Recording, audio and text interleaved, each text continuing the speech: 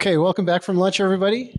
We'll get started with our next speaker this afternoon, and we're hitting the home stretch now. So hopefully you've enjoyed the 2 days worth of sessions that we've had here. We're fortunate this afternoon to have Owen DeLong step in.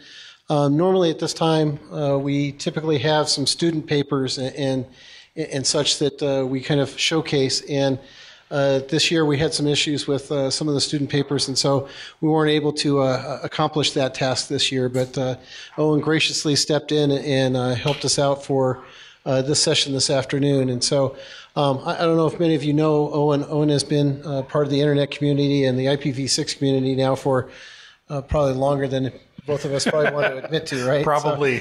So, yeah, hair back then, exactly. And it wasn't all white. And so Owen's going to tell us a little bit about some of the experiences he's had over many, many years of actually being on the front lines of deploying IPv6. And so I'll let Owen take it away. Okay. So this is some lessons learned that are probably not the conventional kinds of lessons learned that you guys have all been looking forward to, but it's actually lessons learned about ways to convince people to do V6 in ways that don't work so well. So, the first thing we tried, obviously, sex sells, so let's try and convince everybody IPv6 is sexy. And, while I wish that was true, reality, not so much. Nobody takes you seriously when you say this, believe me, and it doesn't really motivate anyone. So what do we do next? Well, plan B, IPv6 is urgent. After 20 years of saying IPv6 is urgent, nobody really believes that either. And people generally don't like being compared to birds. So, calling them ostriches, sticking their head in the sand, not so good. And of course, you've got all the people out there that keep telling us more NAT is good for us. So, plan C, IPv6, now cost effective. A little bit of success. The problem is most of the cost benefits of IPv6 are pretty intangible. And you can't really point to them and say it'll save you this much next quarter. And in the 10Q world, 10Q driven world we live in, it's really hard to reach the right target audience with that message. So that didn't work out so well either. So then we tried IPv6 can do everything. Run faster than v4, leap tall routers in a single bound, reduce spam, eliminate hackers, solve global warming, cure world hunger, make cats and dogs love each other, cure cancer. Well, actually, you can run faster than v4 sometimes. So that didn't work out so well. But it also can actually solve our internet addressing problems for many years to come. It can reduce costs and improve security by eliminating NAT. If you don't think NAT costs money, you're not paying attention. And if you don't think NAT harms security, you're also not paying attention. It can simplify operations, make your network planning a lot easier, improve routing, and eventually when we can get rid of this legacy v4 stuff, it'll reduce the size of the routing table quite a bit. So what message can we use that actually does have some success? Well, IPv6 is kind of like disaster recovery or insurance. It's one of those things you kind of have to do to prepare for the future that's coming at you. You don't really know when that future is going to happen. You don't really know if it's going to happen for sure, but you're going to be in a world of hurt if it happens and you're not prepared. Problem with this approach is it's still hard to reach the right target audience.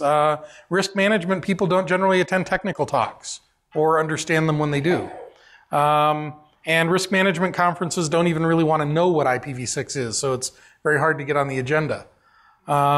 Geeks don't care about insurance, and very few geeks want to consider IPv4 a disaster in its current state, even though it is, and we all know it.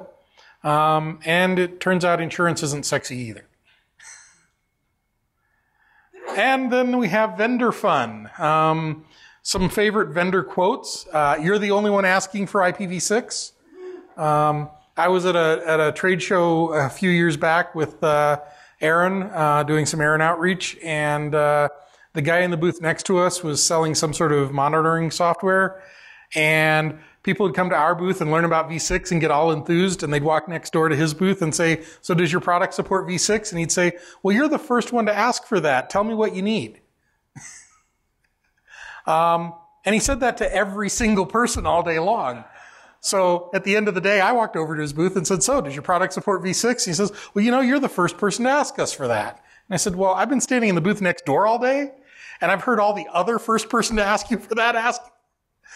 Oh, well, actually what's going on is our marketing department doesn't want us to talk about it yet because we're hoping to get ahead of our competition by implementing it before they even know we're doing it. So, not so helpful. Lots of vendors have told me nobody wants it, so we haven't added it yet. This is a quote from TiVo. They say, we'll implement it when it becomes important. I don't know what their definition of important is, but they haven't figured that out yet. My favorite vendor quote of all time, I kid you not, a major brand of blue router boxes, somebody told me, we're depending on 10 years of selling CGN boxes. We don't want people deploying v6. So, it's a very large company and not everybody there thinks alike.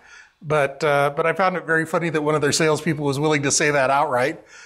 And then, of course, there are the vendors that say our product is IPv6 compliant. You can put an IPv6 address on an interface. Emphasis on an IPv6 address and an interface.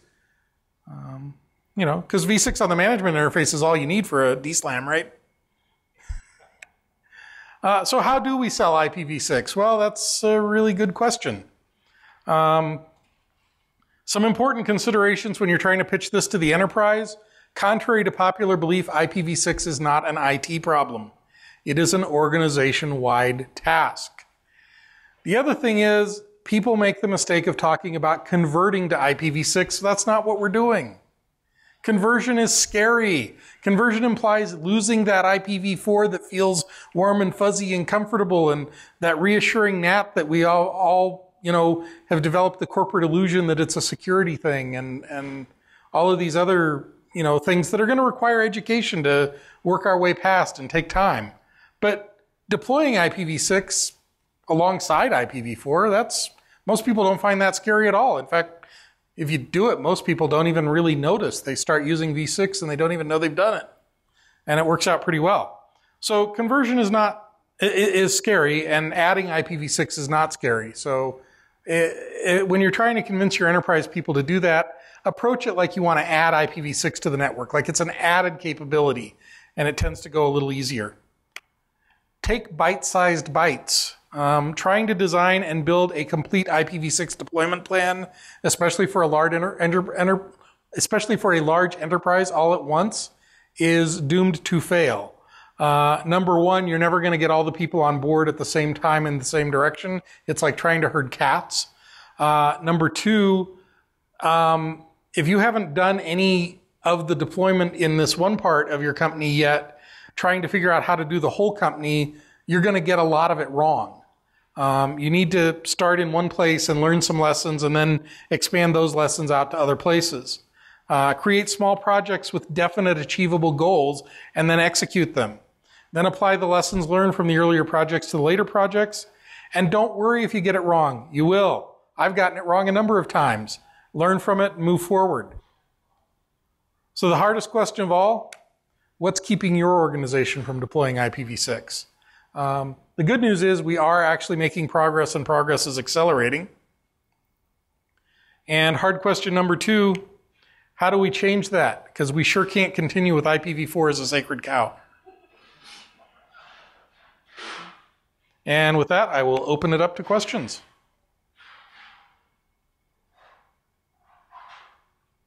Any questions, comments, rotten fruit? Can we get a mic, Dan? Dan disappeared. I think Dan expected me to talk a lot longer. I told him this was short.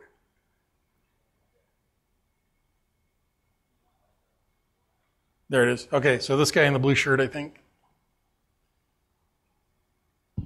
So we have an Akamai cache at our institution and at our Gigapop level, and I've always wondered things like, well, how do you decide whether to use v4 or v6? We have v6 deployed. Really, you were the first one that wanted it in our network. So how do the caches load or serve v4, v6? Is that something you could So right now, it's the answer to how they load is very, very simple and rather embarrassing. It's they load over v4. We're working on fixing that. In terms of how they serve, we serve to the protocol that we get the request on, right? So if the user requests via v4, we're going to serve it to them over v4. If the user requests via v6, we're going to serve it to them on v6, assuming that we have v6 available for that particular thing. We don't have v6 available for everything yet. We're working on it. But, you know, as I advocated, we've taken specific projects and moved them forward, and then we're tackling other projects and moving them forward too. An add-on question. So if one of your given customers is v6 enabled on their website or their content, you inherently marry with that and serve v6 as well, or can they be disconnected? Our service of v4, v6 is entirely at the client's discretion of what they want us to serve, and unrelated to their back-end web server. We fetch all of the origin content over v4 currently. We don't have the ability to fetch origin content over v6 yet. We are working on it, as I said. But for the time being, that's all done over v4. So we don't care whether your website natively runs v6 or not. We can still serve v4 or v6 whether or not you run v6. Final question, would there be a situation where you're loading from your cache and some of the content might come at you at 4 and some at 6? Or it will be one or the other usually? Well, as I said, we're going to serve whatever you request, right? Okay. So if you request the HTML page over v4 and then ask for all the images on v6, we'll serve the HTML on 4 and the images on 6. Okay. If you ask for it all on 6, we'll serve it all on 6. If you ask for some of it on 4 and some of it on 6, we're going to do that. Thank you. It entirely depends on how the request comes to us. Any other questions? Wow, everybody's asleep from lunch. Okay, out of the food coma. Come on. It doesn't even have to be related to the presentation or Akamai. Any v6 questions? You know, I've been doing this for a while. I've done several deployments. Joe in the back. I have a question. Use a mic. I hear there's this debate about ULAs. Could you explain this to everybody? Okay, so nobody has yet been able to give to me a reason for ULAs to exist. You know, for those of you that don't know, ULAs are kind of the IPv6 equivalent of RFC 1918 space, and it's a quote unquote private address space, except it's not really private and it's not really an address space. Well, that's not fair. It is kind of an address space, but it's not. Nothing distinguishes it from global unicast addresses other than convention and the fact that you can't get it from an RIR. It's entirely a software concept and a human concept. It's got nothing to do with how the network sees the addresses. There's no inherent security in it. Since you don't need to do v6 in that, there's no real need for a separate address space anyway. That's what firewalls are for, and you put good rules on your firewall, and then you allow and discard the packets that you care to allow and discard. Yeah, but you got the answer anyway. Any other questions?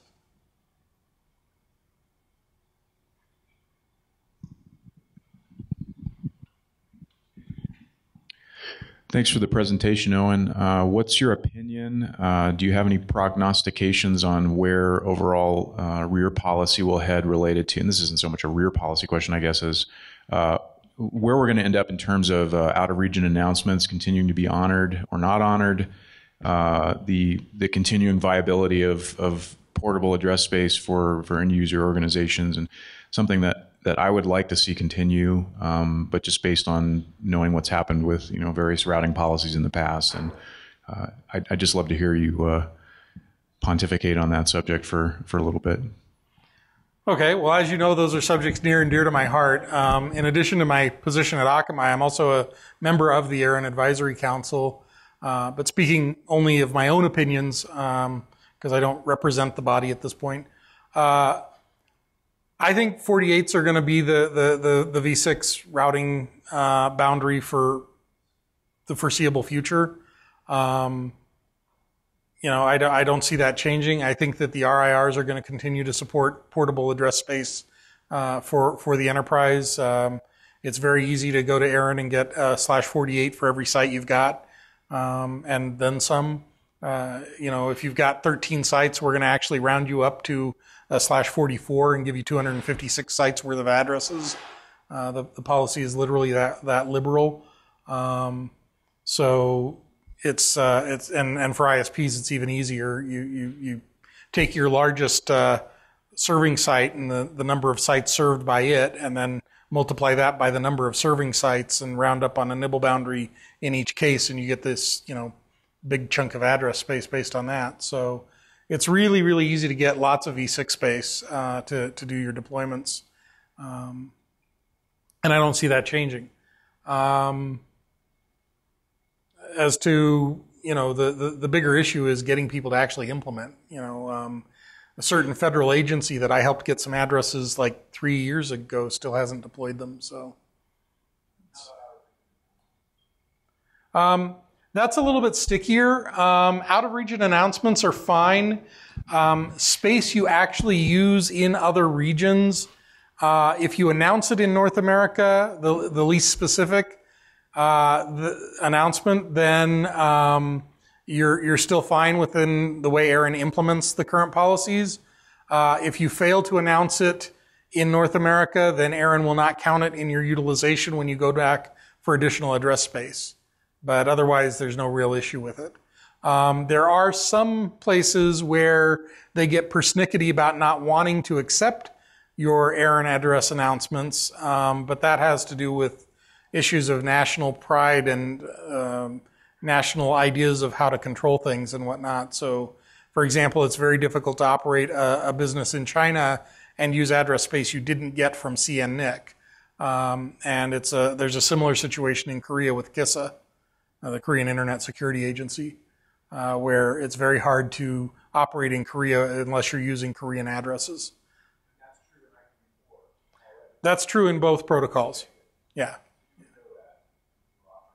Yeah. So, any other questions? Going once, going twice. Oh, okay.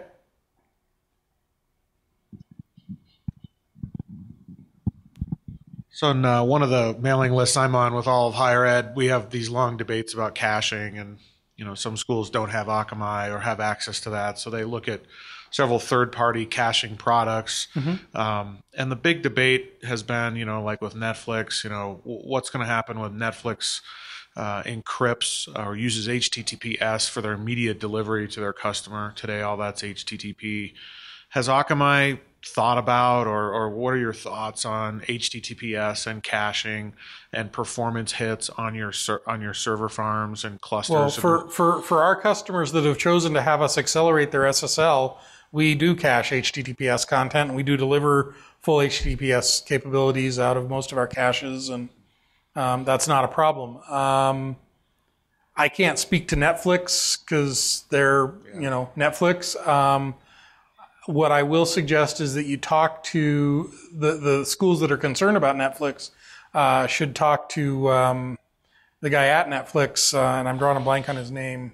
And I've read a couple of his papers, and they've been doing a lot of research on this HTTPS and load. They're actually pretty willing to deploy Netflix cache clusters, as I understand it, out to educational institutions and wherever else they'll do some good.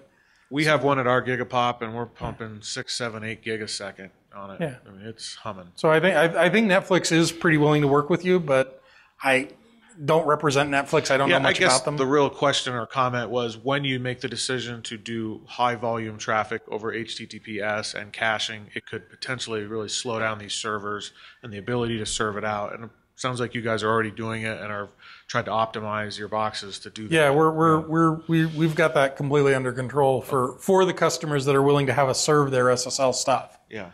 Which is a subset of the ones that are doing the non-SSL stuff.